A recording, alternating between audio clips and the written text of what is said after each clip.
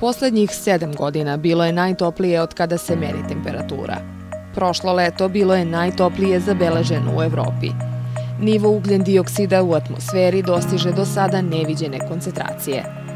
Mnogi stručnjaci su uvereni da globalno zagrevanje doprinosi povećanju broja prirodnih katastrofa uočenih i u poslednjih godinu dana, kao što su ekstremne oluje, toplotni ekstremi, poplave, suše. Naučnici upozoravaju da je važno održati porast globalne prosečne temperature ispod 2 stepena, a u najboljem slučaju je ograničiti na 1,5 stepeni Celzijusovih. Da bi se to desilo, svaka država na svetu mora da da svoj doprinos. U tome im pomažu najveće svetske organizacije. Akcioni plan za klimu je u svoju agendu 2030 uvrstila i NATO alijansa.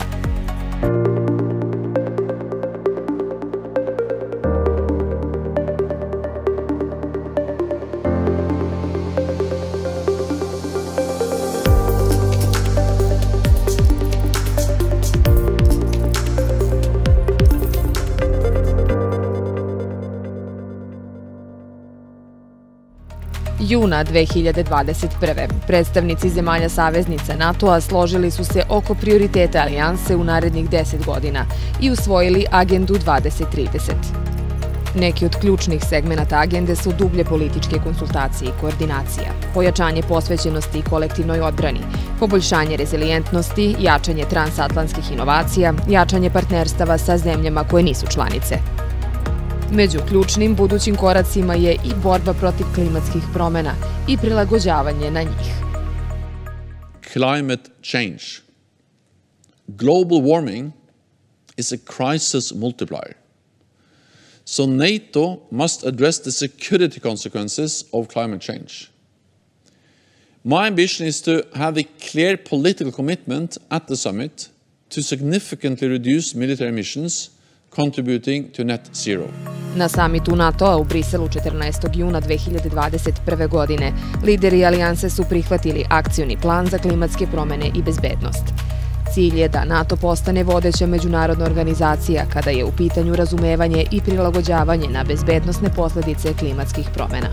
U martu 2022. godine ministri spoljnih poslova NATO-a usvojili su agendu o klimatskim promenama i bezbednosti. Ovaj dokument obezbeđuje sagledavanje problema klimatskih promena iz svih uglova. Kao deo ovog akcionog plana, NATO će raditi na tome da poveća svest saveznika o uticaju klimatskih promena, raditi na prilagođavanju, doprineti ublažavanju klimatskih promena i poboljšati doseg.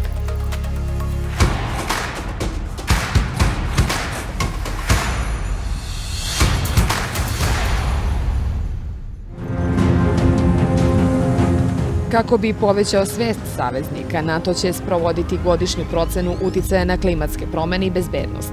Pored toga, plan je da iskoristi svoje naučne i tehnološke programe i zajednice kako bi podržao istraživanje o uticaju klimatskih promena na bezbednost, uključujući rodne perspektive u kontekstu NATO-ve politike o ženama, miru i bezbednosti.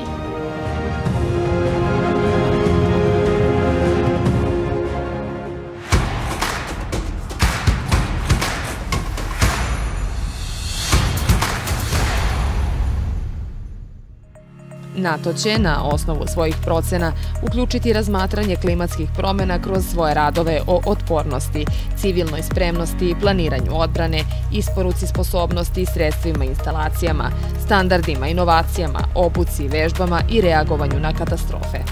NATO će se takođe u svojim praksama nabavki i partnerstvu sa industrijom više pozabaviti potrebom prilagođavanja svojih sposobnosti promenljivoj klimi, plan je agende 2030.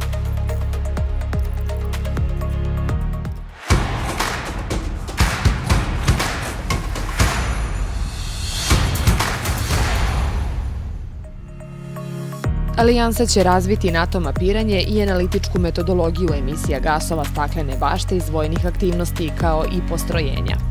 Ova metodologija će pomoći savezničkim programima za procenu emisija i mogla bi doprineti formulisanju dobrovoljnih ciljeva za smanjenje emisije gasova staklene bašte iz vojske.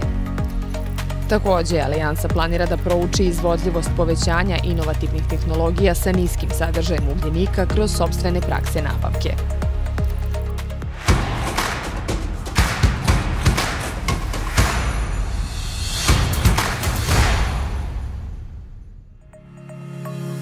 Prema planu, NATO će u narednim godinama ojačati razmenu sa partnerskim zemljama, kao i sa međunarodnim i regionalnim organizacijama koje su aktivne po pitanju klimatskih promjena i bezbednosnih pitanja, uključujući Evropsku uniju, Ujedinjene nacije i druge gde je to potrebno. Povećaće dijalog sa civilnim društvom, akademskim krugom i industrijom o klimatskim promjenama i bezbednosnim pitanjima kako bi podržao svoj rad i doprineo globalnom odgovoru na klimatske promjene.